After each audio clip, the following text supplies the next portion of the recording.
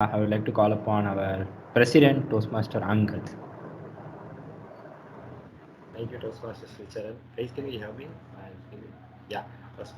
Okay, so guys, if you see check the chat box, you'll see Swastik has put the form link there. That's for voting.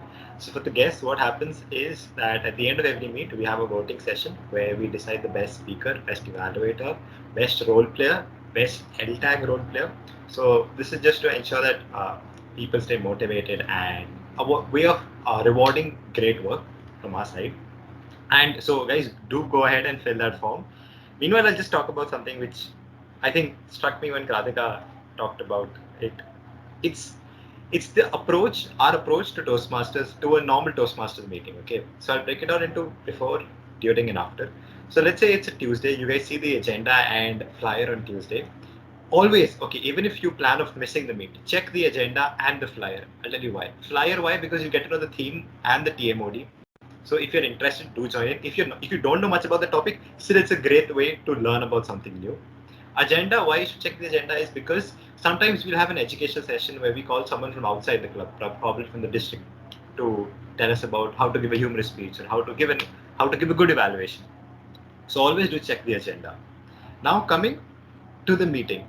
Now before every meet, so always I have made for myself a Toastmasters notebook, not a proper notebook, a small diary where I note down everything that happens in the Toastmasters meeting, and I want all of you to do that as well. I'll tell you why. So obviously the TMOD gives a lot of information about the topic he or she is talking about, and this information it's good for a general knowledge, and this helps us in a lot of places. For example, it can help you in a future table topic which you get if it's related to this, or you can relate your table topic to this. I know for some of my friends, it has helped them in their group discussions. It has helped some people in writing essays when they're going for higher education. So it helps you a lot.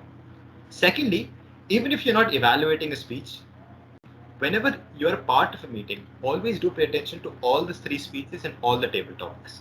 Why? Because in Toastmasters, you do not become a better speaker just by giving speeches.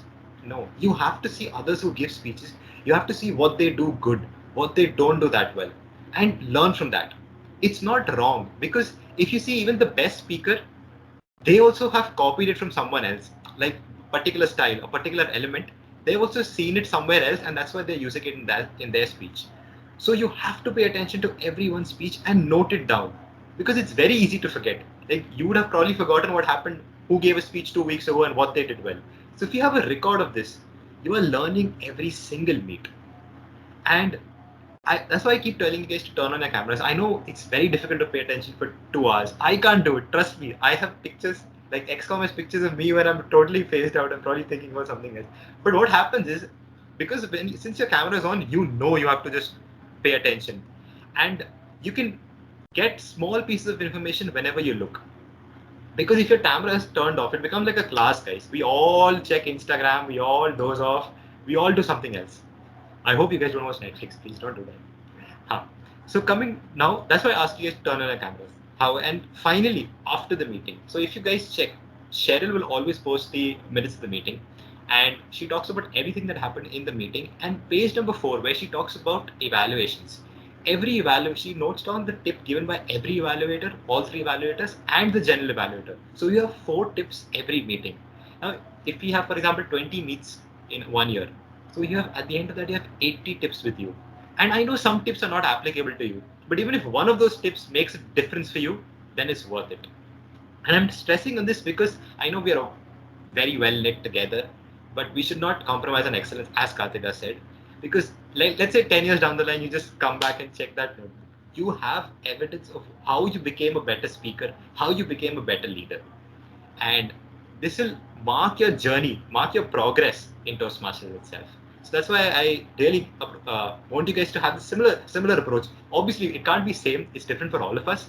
But yeah, that's why I encourage all of you to do that. I hope Swastik you have the results. I don't think what to say. Yeah. Awesome. Just 1 second. Go ahead. Let me know if you can see me.